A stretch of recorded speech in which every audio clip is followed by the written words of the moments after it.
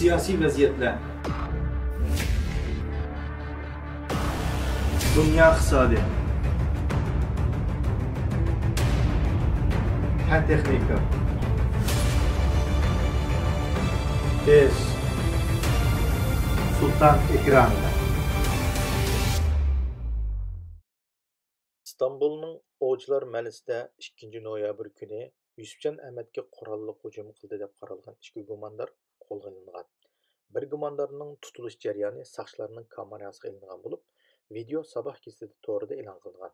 Küçükçekmece Cennet mahallesida 11 noyabr elib berilgan bir harakatda gumondor Azerbaycan vatandoshi Aliyev qo'lga olingan bo'lib, yana bir gumondor O'zbekistonlik Umar Uzni ma'lum qilish orqali 20 noyabr qo'lga olingan.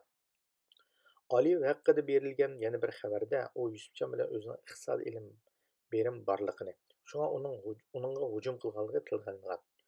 Umar bo'lsa uningga hujum qilish jarayonida yordam qilganligi tilga olinmoqda. Mazkur delo taftish mahkamasiga yo'llangan bo'lib, ikki gumondor hozirgacha qamoqxonada tutib turilmoqda ekan.